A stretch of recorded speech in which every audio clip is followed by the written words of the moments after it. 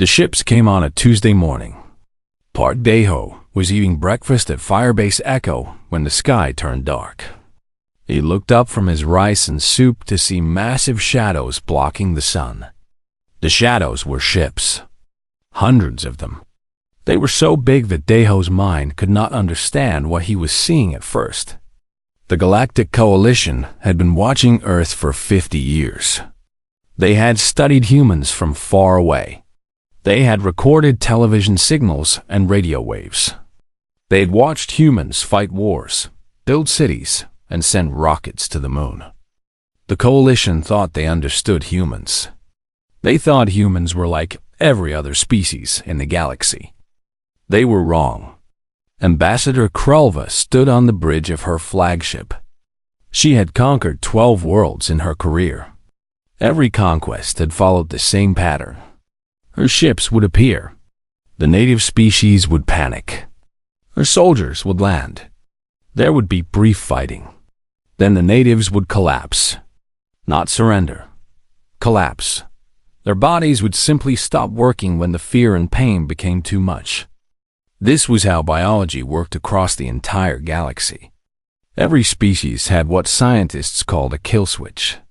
When stress became too high, the brain would shut down the body. It was like a computer turning off when it got too hot. This protected living things from destroying themselves through too much effort or pain. Krulva expected the same thing from humans. Her intelligence report said humans were soft.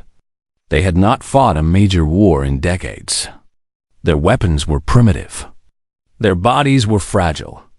This would be easy. The first wave of Coalition soldiers landed near Sol. They were tall creatures with gray skin and 4 arms. Each one carried weapons that could turn a human into ash with one shot. They marched in perfect lines toward the military base where Deho was stationed.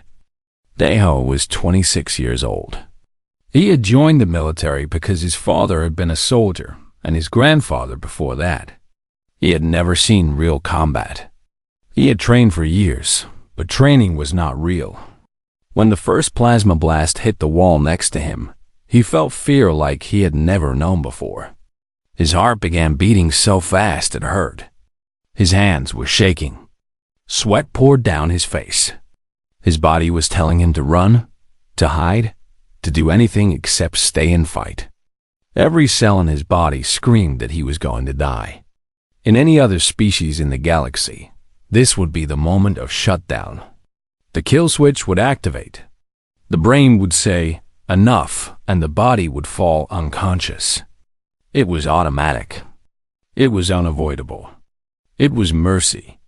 Deho did not fall. He did not collapse. He did not shut down. Instead, something strange happened. The fear did not go away, but it changed. It mixed with something else. Anger, rage, a burning feeling in his chest that pushed back against the terror. His grandfather had fought in a war. His great-grandfather had fought in another war. Somewhere deep in his blood, generations of survivors had left their mark. He picked up his rifle. His hands were still shaking, but he could aim. He could pull the trigger. He could fight. Around him, other soldiers were doing the same thing. Private Kim Subin had taken a piece of metal through her leg. Blood was pouring from the wound. Her pain levels were so high that any Coalition soldier would have been unconscious instantly. Subin was not unconscious. She was angry. She wrapped a cloth around her leg, gritted her teeth, and kept shooting. Sergeant OJ1 saw 3 of his friends die in the first minute of combat. The grief and shock should have overwhelmed his nervous system. His brain should have protected him by shutting everything down. Instead, J1 felt the grief transform into something cold and hard. He stopped feeling afraid. He stopped feeling anything except a calm determination to make the enemy pay for what they had done. On her ship, Ambassador Krulva watched the battle through cameras on her soldier's armor. She saw something impossible. She saw humans taking wounds that would drop any species in the galaxy. She saw them keep fighting. She saw them ignore damage that should have shut down their bodies completely. What is happening? She asked her science officer. Her voice was not calm anymore. Why are they still moving? The science officer's name was Bricks. He had 4 eyes, and all 4 were wide with shock.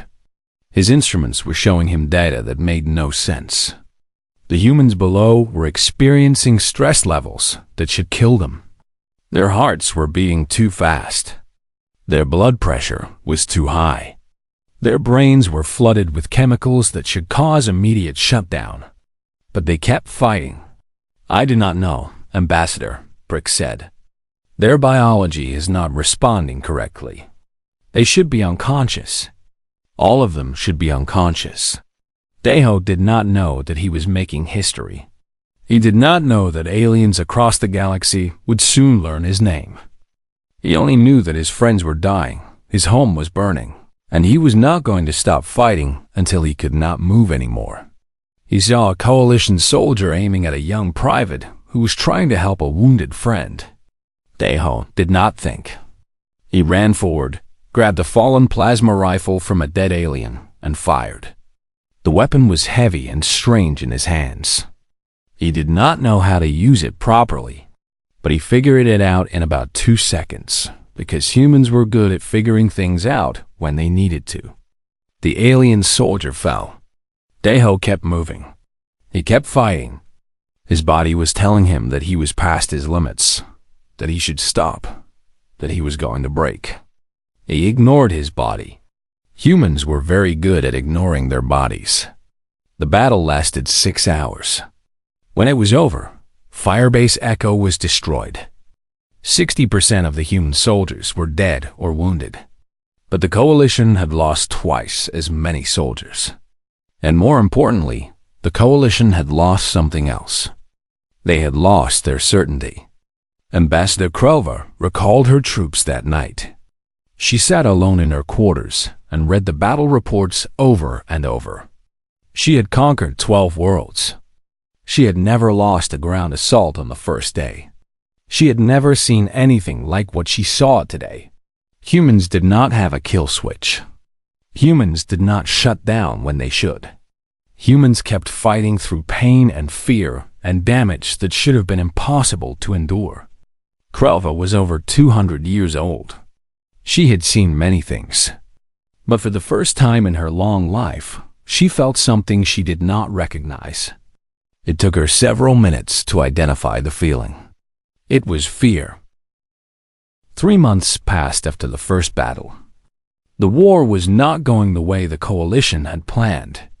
Not at all. Captain Yoon Ji-won stood on the bridge of a stolen alien shuttle.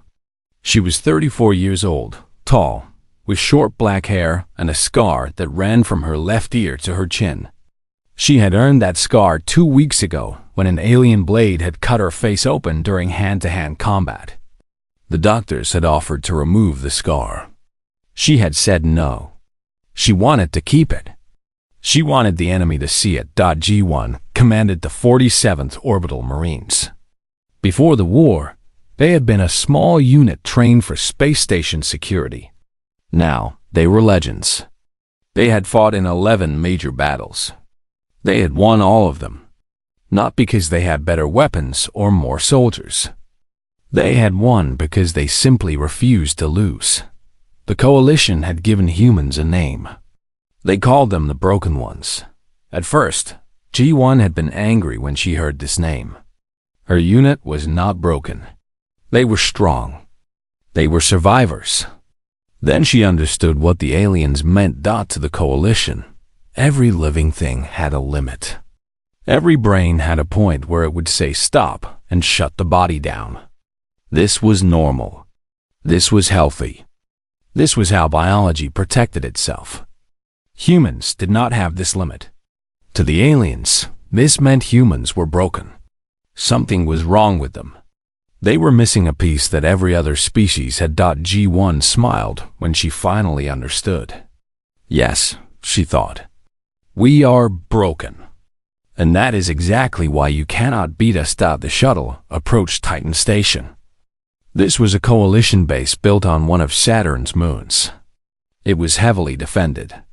The coalition had 5,000 soldiers there. G1 had 200 Marines. Any normal commander would say this attack was suicide. G1 was not a normal commander. The shuttle landed in a cargo bay. Coalition soldiers surrounded it immediately.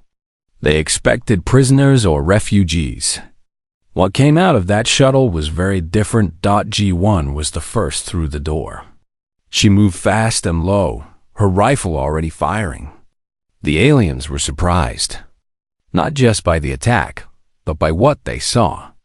G1 had been injured during the landing. A piece of metal had gone through her left shoulder. Blood was soaking her uniform. She should not have been able to lift her rifle. She lifted it anyway. Behind her came her Marines. Private Kang Haijin was 19 years old, the youngest in the unit. She had joined the military 1 week before the invasion. She had never expected to fight aliens. Now she had killed more than she could count. Her hands were steady as she fired. Her face showed no fear. She had been afraid once. That felt like a long time ago. Sergeant Moon Tae-sik led the second squad. He was a big man with a loud voice. He used that voice now, shouting orders over the sound of weapons fire. An alien blade cut his arm. He ignored it. He had been cut before. He would be cut again. Pain was just information. It told you that you were still alive. The coalition soldiers fought back hard. They were well-trained and well-equipped. But something strange started happening. They started hesitating. They started looking at the humans with an emotion that had no name in their language. Commander Vrek was in charge of Titan Station. He watched the battle through security cameras. He had read the reports from Earth. He had thought they were exaggerated. Now he saw that they were not. A human Marine took a plasma shot to the chest. The armor absorbed most of the damage, but the impact should have triggered neural shutdown. Every species in the galaxy would have collapsed from the shock alone. The human stumbled, looked down at the burn mark on his armor, and then looked up at the soldier who had shot him. The human's face changed. It became something that Vrek had never seen before. It was rage, but it was more than rage. It was the face of a creature that did not understand the concept of giving up. The Marine charged. He crossed 10 meters in about 2 seconds. He hit the alien soldiers so hard that both of them went through a wall. Only one of them got up again. Vrek sent more soldiers. Then more. Then more. The humans kept fighting. They were outnumbered 20-1. They did not seem to notice. Or maybe they did notice and simply did not care. The battle lasted 19 hours. 19 hours of constant fighting. Humans needed sleep. Humans needed rest. Every species needed these things. The Marines had not slept in 2 days before this mission. Their bodies were screaming for rest. They ignored the screaming. They could rest when the battle was over. G1 took her second wound at hour 12. A blade went through her leg. She fell, and for a moment, she thought this might be the end. Then she saw one of her Marines go down nearby. The Marine was young. He reminded G1 of her little brother back home. She did not know if her brother was still alive. She did not know if her home was still standing. She stood up. Her leg screamed in protest. She told it to shut up. She limped toward the fallen Marine. She grabbed him with one arm and dragged him to cover. Then she kept fighting. At hour 19, the coalition forces surrendered. Not because they were defeated militarily. They still had more soldiers and more weapons than the humans. They surrendered because they could not take it anymore. One captured soldier later explained it to coalition intelligence. His name was Brel, and he had been a soldier for 40 years. He had fought in many wars. He had never surrendered before. "You do not understand," Brel said. "We shot them. We shot them many times. They would fall down. We would think it was over. Then they would stand up again. One female Marine was laughing. Her arm was almost completely destroyed. There was blood everywhere. And she was laughing. She looked at me and laughed like this was all a game to her. I could not fight after that. I could not. None of us could. G1 heard about this interview later. She remembered laughing during the battle. She had not done it to scare the enemy. She had done it because the situation was so terrible that laughter was the only response that made sense. Her arm had been hurt. She was probably going to die. Everything was chaos and blood and noise. And somewhere in the middle of all that, her brain had decided that this was funny. That was the human kill switch, she realized. Humans did not have a button that turned them off. Instead, they had something else. They had the ability to find something funny in the worst possible moment. They had the ability to keep going when everything said they should stop. They had the ability to be completely, utterly, magnificently broken. And that was why they were going to win.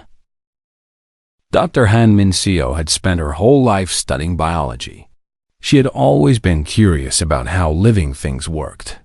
When she was a child, she had collected insects and watched them for hours. When she grew up, she became a scientist. She thought she understood life pretty well. Then the aliens came, and she realized she had only understood a very small part of a very big picture. The United Nations Council met in a bunker deep underground. The old UN building in New York was gone. The aliens had destroyed it in the first week of the war. Now the leaders of Earth met in secret places, always moving, always hiding. But they were not hiding today. Today they were planning. Min-seo stood at the front of the room. Behind her was a large screen showing images of brains. One brain was human. The others were alien. Even someone who knew nothing about science could see that they were different. "Thank you all for coming," Min-seo said. Her voice was calm and clear. She had practiced this presentation many times. What she was about to say would change how humanity fought this war. I am going to explain why we are winning battles that we should be losing. The room was quiet. General Baek Sung-jin sat in the front row. He was the supreme commander of all Earth forces. He was 60 years old, with gray hair and a face that looked like it was carved from stone. He had lost his son in the first month of the war. He had not cried. He had not taken time to grieve. He had kept working, kept fighting, kept planning. That was the only way he knew how to honor his son's memory. Min-seo pointed to the alien brains on the screen. Every species in the coalition has a structure in their brain called the preservation node. In simple terms, it is a kill switch. When the body experiences too much pain, fear, or damage, this node activates. It forces the body to shut down. The creature becomes unconscious. This is automatic. They cannot control it. It is like blinking when something comes at your eye. She changed the image to show the human brain. Humans do not have this structure. We do not have a kill switch. When we experience extreme pain or fear, our bodies produce chemicals that should shut us down. But we have no mechanism to actually do the shutting down. We feel the pain. We feel the fear. We keep going anyway. A diplomat from Europe raised his hand. Why? Why did we evolve this way? Min-seo had thought about this question a lot. Earth was a very dangerous place for our ancestors. Predators, weather, disease, other humans. If our ancestors had a kill switch, they would have lost consciousness at the worst possible moments. A lion is chasing you, and you pass out from fear? You die. A rival tribe is attacking, and you collapse from pain? You die. Only the ones who could push through survived. Over millions of years, we evolved to remove the kill switch entirely. She paused. In other words, we evolved on a world so deadly that the normal biological safety system was actually a danger. So we got rid of it. Sung-jin leaned forward. What does this mean for the war? Min Seo smiled. It was not a happy smile. It means that every alien soldier we fight has a built-in surrender point. Hit them hard enough, scare them badly enough, hurt them seriously enough, and their bodies will simply stop working. They cannot push through it. They physically cannot. But we can. We can fight through pain that would put any of them on the ground. We can keep going long after our bodies tell us to stop. The room was silent for a long moment. Then Sung-jin stood up. Then we build our entire strategy around this, he said. We do not try to match their technology. We do not try to match their numbers. We do not try to fight the kind of war they expect. We fight our kind of war. We make every battle so brutal, so intense, so terrifying that their kill switches activate. We become the thing they fear so much that their own bodies betray them. This was the birth of what became known as the Madness Doctrine. It was not a nice strategy. It was not a clean strategy. It was a strategy born from desperation and built on blood. But it worked. Over the next year, human forces changed how they fought. They stopped trying to win through superior firepower. Instead, they focused on psychological impact. They attacked at night when alien senses were weakest. They used small groups that moved fast and hit hard. They made noise, lots of noise, screaming and shouting as they fought. They made every battle feel like chaos. Sergeant Cho Yun-bai became famous during this time. She led a unit called the Ghostwalkers. They specialized in night attacks on coalition supply lines. They would appear from nowhere, fight like demons, and disappear before reinforcements could arrive. Coalition soldiers started refusing to do supply runs. They were more afraid of the Ghostwalkers than they were of their own commanders. Bai was not a large woman. She was small and thin, with a quiet voice when she was not in combat. But in combat, she became something else. She became exactly what the aliens feared most. A human with no off switch. A creature that would not stop no matter what you did to her. She was wounded 17 times during the war. 17 times she was hurt badly enough that any coalition soldier would have been unconscious. 17 times she kept fighting. After the 8th wound, coalition intelligence put a bounty on her head. After the 12th wound, they increased the bounty to the highest ever offered for a single human. After the 15th wound, they stopped offering bounties. Their soldiers refused to hunt her. They said it was not worth any amount of money to face someone who did not know how to fall down. The Madness Doctrine spread through all human forces. It became the way humans fought. It was exhausting. It was brutal. It cost many lives. But it worked because it attacked the one weakness that every coalition species shared. They could be switched off. Humans could not. And in a war where both sides were willing to fight to the death, the side that could actually do it would always win. The coalition was desperate. 3 years of war had cost them more than they ever expected.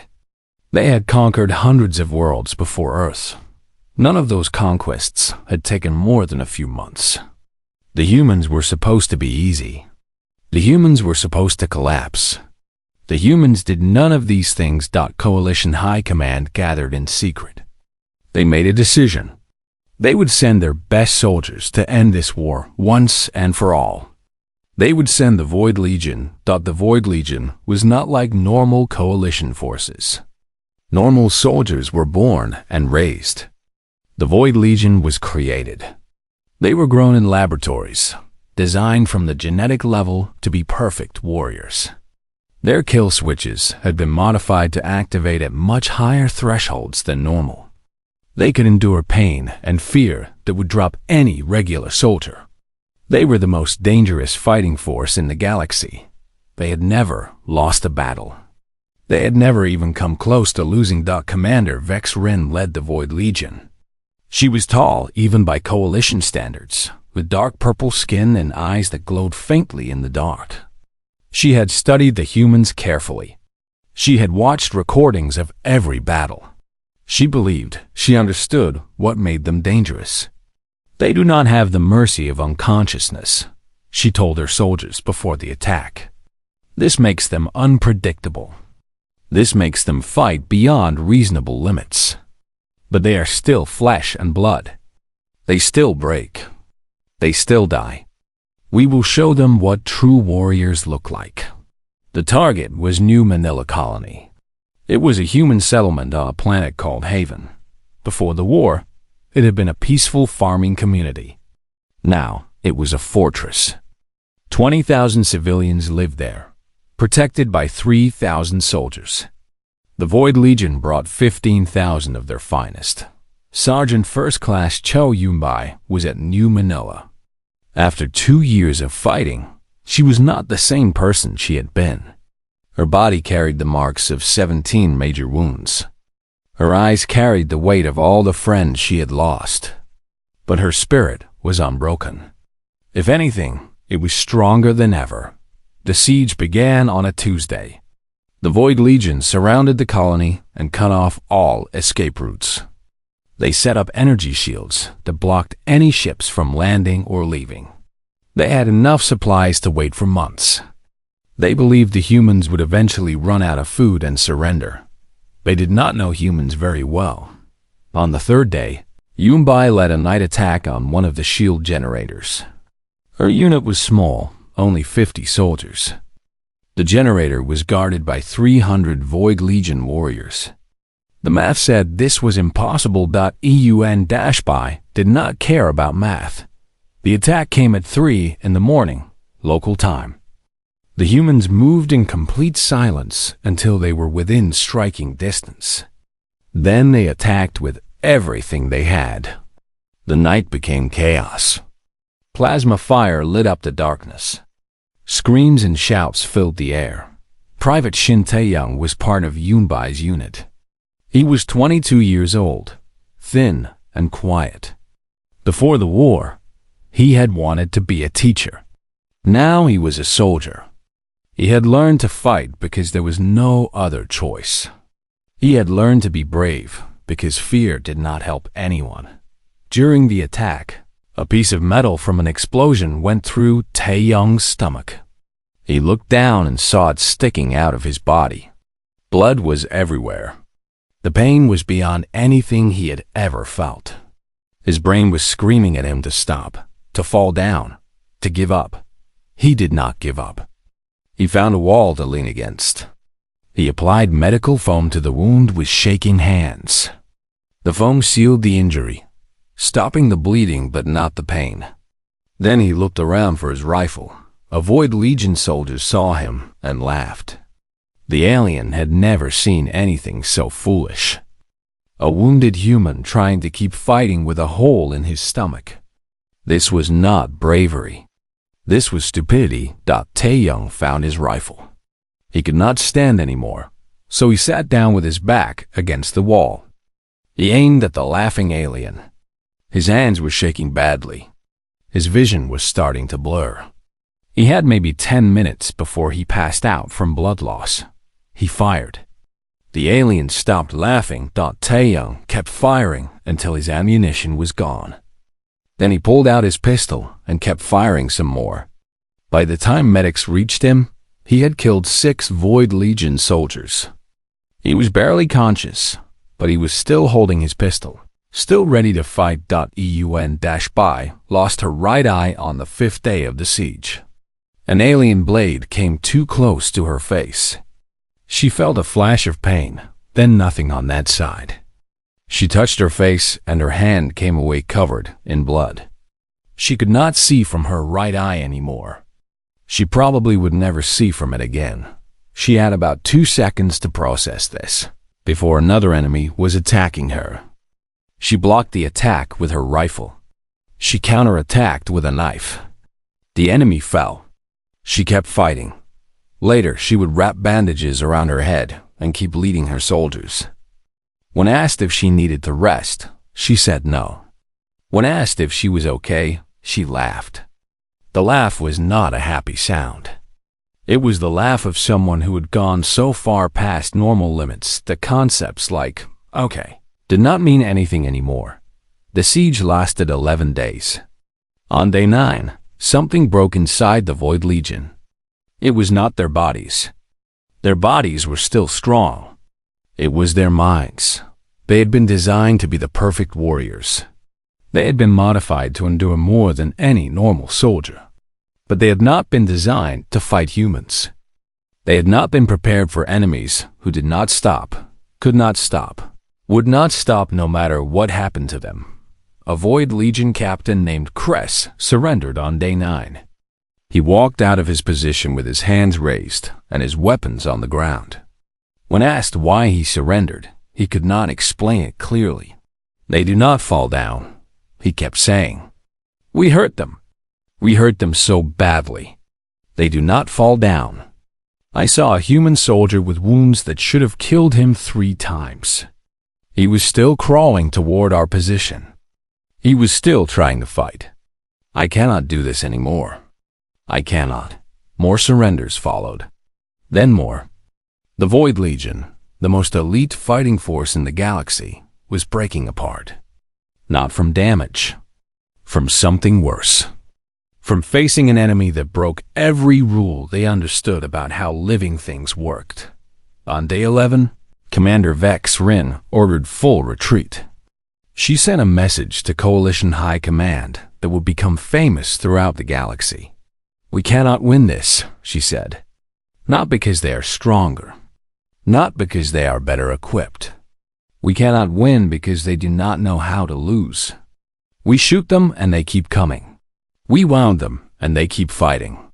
We kill them, and their friends become angrier and fight harder. I have seen soldiers with mortal wounds calculating how to take one more enemy with them before they die. This is not warfare. This is something else. Something we were not built to face. The Void Legion left New Manila. They never returned to fight humans again.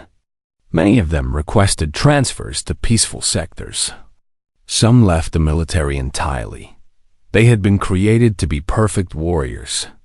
They learned that perfection meant nothing against an enemy that simply refused to be defeated. 5 years had passed since the first alien ships appeared over Earth. 5 years of war. 5 years of blood and fire and death. Now it was finally over. Ambassador Park Dae-ho stood outside the Galactic Senate chamber on a space station far from Earth. He was 31 years old now, but he looked older. War did that to people. He had been a young lieutenant when the invasion started. He had been the first human to charge alien forces with nothing but a stolen weapon and a refusal to die. Now he was a diplomat, chosen to represent humanity in peace talks. He still carried scars from that first battle. He had chosen to keep them, just like Captain Yoon Ji-won had chosen to keep hers. The scars were reminders. They showed what humanity had survived. They showed what humanity could endure. The Senate chamber was enormous. It could hold representatives from over 1,000 species. Today, it held about 200. Many species had not wanted to come. They were afraid. The word had spread across the galaxy about what humans were, about what they could do, about what they would not stop doing until they won. Dae-ho walked into the chamber alone. He had been offered guards, but he refused them. He wanted the aliens to see a human by himself, unafraid, in a room full of beings who had tried to conquer his world. He wanted them to understand that humans did not need protection. Humans did not need backup. Humans just needed a reason to fight. The coalition representatives sat in the center of the chamber. Ambassador Krelva was there. She was much older now, her gray skin wrinkled with age. She had been the one to start this war. She had thought humans would be easy to conquer. She had been very, very wrong. "We are here to discuss peace," said the Senate Speaker, a tall being with silver skin and 6 eyes. "The coalition has requested an end to hostilities with the human species. Ambassador Park will speak for humanity. Daeho walked to the center podium. He looked around the room. So many different species. So many different shapes and sizes. All of them watching him. Some with curiosity. Some with respect. Some with fear. "Thank you for having me," Daeho said. His voice was calm and steady. "I know many of you are wondering about us. You have heard stories. You have seen recordings. You have learned that we are different from every other species you have met. I am here to confirm that the stories are true." He paused. The room was completely silent. "We do not have a kill switch. When our bodies tell us to stop, we have the ability to ignore them. When pain should make us unconscious, we stay awake. When fear should paralyze us, we keep moving. This is not something we chose. This is how we evolved. Our ancestors survived a world that was trying to kill them every single day. The ones who could push through anything were the ones who lived. We are their children." Kralva spoke up. Her voice was quiet, almost humble. "We did not understand this when we came to your world. We thought you were like every other species. We thought you would collapse when we pushed hard enough. We were wrong. We are sorry." Daeho looked at her for a long moment. This was the being who had ordered the invasion of Earth. She had destroyed cities. She had killed millions of humans. She had started a war that nearly wiped out his species. "I accept your apology," Daeho said. "But I want you to understand something. We did not survive this war because of our biology. Many species could survive a lot of damage. Many species could push through pain. That alone does not win wars." He stepped forward, his eyes moving across the gathered aliens. "We survived because we chose to. Every human who fought in this war made a decision. They decided that they would not give up. They decided that they would keep fighting until they could not move anymore.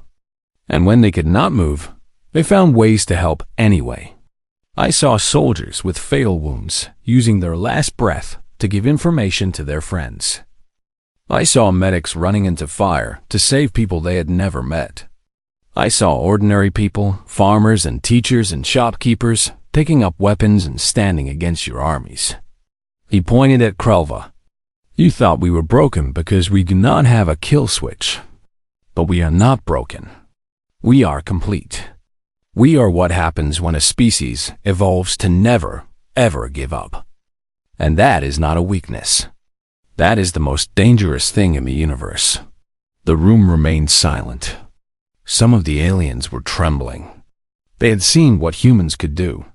They understood now that Daeho was not making threats. He was simply telling the truth. "We are offering peace," Daeho continued. "Real peace. Trade, cooperation, mutual defense. We do not want to conquer the galaxy. We do not want to destroy other species. We want to live alongside you. We want to build something better than what came before." He smiled. It was a small smile, but it reached his eyes. "But we want you to remember what happened here. We want every species in this galaxy to know that Earth is not a target. Humans are not prey. If anyone ever threatens our home again, we will do exactly what we did to the Coalition. We will fight. We will keep fighting. We will never stop fighting. Because that is who we are. That is what we are." The vote for peace was unanimous. No species voted against it. The treaty was called the Treaty of Mutual Existence. It gave humanity full membership in the galactic community. It established trade routes and diplomatic relations. It created rules to prevent future wars. But everyone knew the real reason for the treaty. It was not about fairness or justice or mutual benefit. It was about fear. Every species in that room had learned the same lesson. Humans were not like other beings. They did not have an off switch. They did not have a surrender point. They would keep fighting until they won or until they were completely destroyed. And even then, they would probably find a way to fight some more in the years that followed. Humanity spread across the stars. They built colonies on distant worlds.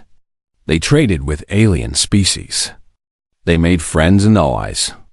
They became a normal part of galactic civilization. But no one ever forgot what they had seen during the war. No one ever forgot the stories of humans who should have fallen but did not. No one ever forgot the recordings of soldiers laughing as they fought through wounds that would drop any other species. And no one ever attacked Earth again. Ambassador Park. Deho returned to Earth after the peace treaty was signed. He visited the place where Firebase Echo had stood.